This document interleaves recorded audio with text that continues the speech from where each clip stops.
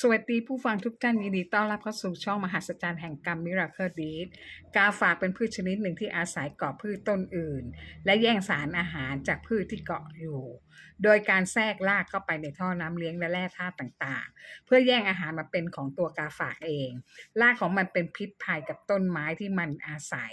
นานวันเข้าต้นไม้ที่มันอาศัยจะแห้งตายจากการที่ถูกกาฝากดูดสารอาหารจนตาย อยู่ในรูปแบบของความสัมพันธ์ที่เรียกว่าภาวะปรสิตก็คือฝ่ายที่ได้ประโยชน์เรียกว่าเป็นปรสิตฝ่ายเสียประโยชน์เรียกว่าโฮสต์ถ้าเป็นคนก็คือผู้ที่อาศัยเกาะคนอื่นกินโดยเอาประโยชน์ฝ่ายเดียวการแฝงตัวอาศัยอยู่กับผู้อื่นโดยที่ไม่ช่วยเหลือหรือทำประโยชน์อะไรเลยคอยแตกเกาะเอาเปรียบผู้อื่นนิสัยคนเป็นกาฝากหนึ่งเอาตัวรอดอยู่ฝ่ายเดียวยิงกระต่ายขาเดียวไม่ยอมรับผิดสองทำตัวเป็นนกสองหัวใครให้ประโยชน์มากกว่าก็ไปอยู่ข้างนั้นสามอยากได้อะไรต้องได้ไม่ว่าขอตรงๆหรือจะขโมยสี่ชอบงอมืองอเท้าไม่สนใจความเดือดร้อนของผู้อื่นขอเพียงตัวเองอยู่สุขสบายก็พอห้าได้คนเดียวไม่ยอมแบ่งใครมีสิ่งของอะไรจะเก็บเงียบไว้คนเดียว6ไม่เคยช่วยเหลือใครถ้าช่วยใครจะทวงบุญคุณตลอดเวลา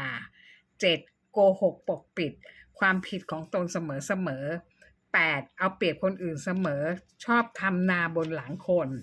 แสวงหาผลประโยชน์บนความทุกข์ของคนอื่นคนประเภทนี้มีนิสัยติดตัวมาข้ามภพข้ามชาติเพราะพุทธองค์ตรัสว่าคนประเภทนี้หนักไปในทางโลภคนที่ชอบเอาเปรียบผู้อื่นก็ต้องถูกคนอื่นเอาเปรียบหรือถูกขัดขวางความเจริญเมื่อใดที่บาปยังไม่ได้ทำหน้าที่ก็ยังคิดว่าตัวเองเห็นแก่ตัวแล้วได้ดีพระพุทธองค์ยังสอนอีกว่าตนเป็นที่พึ่งแห่งตนฝึกฝนช่วยเหลือตนเองให้มากที่สุดและมีกำลังเหลือจึงช่วยคนอื่นจากนั้นช่วยเหลือสัตว์ทั้งหลายชายคนหนึ่งเป็นเด็กกำพร้าพ่อแม่เลิกกันแต่แม่มาจ้างป้าแก่ๆเลี้ยงดูได้รับเงินค่าจ้างเพียงเดือนเดียวก็หายสาบสูญไม่ได้ติดต่อกันอีกเลย36ปีเท่ากับอายุของเด็กคนนี้คนเลี้ยงเด็กรักเด็กเหมือนลูก เลี้ยงดูอย่างดีพอโตมาเป็นวัยรุ่นเด็กเริ่มติดเพื่อนเกเรหนีเรียนอีก3 เดือนจะเรียนจบม.3ไม่ยอมเรียนให้จบจนไปทำงานรับจ้างทั่วไปฝึกเป็นเด็กซ่อมรถบ้างขับวินมอเตอร์ไซค์บ้างพอเอาตัวรอดได้แต่เด็กไม่ยอมออกจากบ้านคนเลี้ยงไปเขาเรียกคนเลี้ยงว่าแม่แต่แม่ที่เขาเลี้ยงไม่เคยกตัญญูเลยหรือมีจิตสำนึกบุญคุณกับคนเลี้ยงเลยหรือคิดที่จะตอบแทนบุญคุณคนเลี้ยงเลยก็ไม่มีแต่จะเอาเปรียบทุกอย่างโดย 1. กินอยู่ฟรีมาตั้งแต่เด็กจนโตปัจจุบันอายุจะ40แล้วยังไม่มีความคิดที่จะกตัญญูตอบแทนบุญคุณผู้มีพระคุณเลยเขาโตขึ้นมาเป็นผู้ใหญ่ขณะที่คนที่เขาเรียกว่าแม่ก็แก่ลงไปจนอายุ90กว่าปีแล้ว 2. พอจะหาเงินได้หน่อยยังช่วยตัวเองไม่ได้เลยก็ลิมีเมียมีลูก2 คนก็พามาอยู่ในบ้านของคนเลี้ยงที่เขาเรียกว่าแม่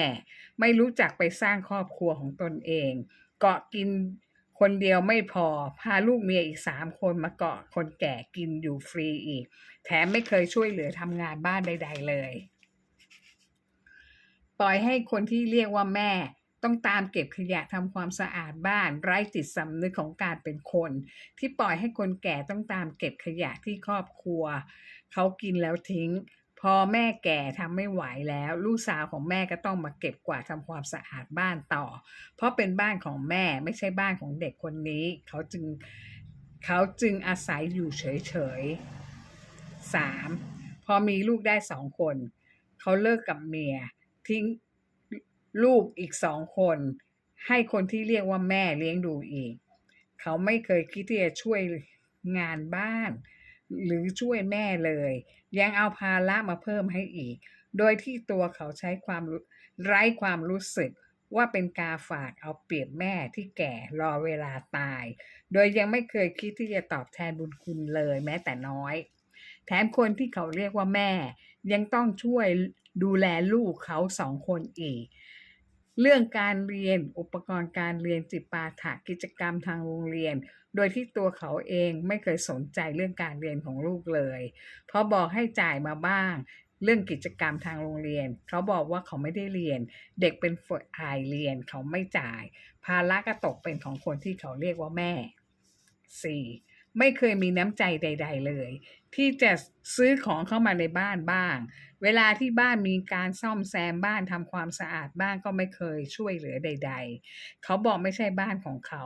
ลูกสาวป้าที่เลี้ยงเด็กทนไม่ไหว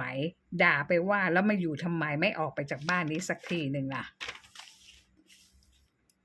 ยามที่คนที่เขาเรียกว่าแม่ป่วยไข้ก็มีแต่ลูกสาวพาแม่ไปโรงพยาบาลหาหมอไปเยี่ยมเมื่อแม่นอนโรงพยาบาลโดยที่เขาไม่เคยไปเยี่ยมหรือซื้อของเยี่ยมใดๆเลยไม่เคยถามถึงอาการป่วยของคนที่เขาเรียกว่าแม่ถามว่าทำไมไม่ไปเยี่ยมอยู่บ้านเดียวกันแท้ๆเขาตอบว่าเขาไม่ใช่หมอไปก็ไม่มีประโยชน์อะไร คนป่วยกินอะไรก็ไม่ได้จึงไม่ต้องซื้อของไปเยี่ยม 5. ผลกรรมที่สนองชายคนนี้ในชาตินี้เห็นได้แต่ว่าตัวเองไม่รู้สึกว่ากรรมได้ทำหน้าที่ตามสนองเขาทันตาเห็นแล้วโดยเขาไปทำงานที่ใดก็ตามไม่มีเจ้านายคนไหนรักหรือชอบหน้าเขาเลยเรียกว่าทำงานที่ไหนก็ได้รับงานที่หนักและเหนื่อยกว่าใครๆเขาทั้งหมดในขณะที่เพื่อนร่วมงานได้รับงานที่สบายเวลาขึ้นเงินเดือนเขาก็ได้ขึ้นเงินเดือนน้อยกว่าใครๆต่อมาตัวเขาพยายามทำงานหลายอย่างวิ่งส่งเอกสารวิ่งส่งอาหารรับจ้างซ่อมมอเตอร์ไซค์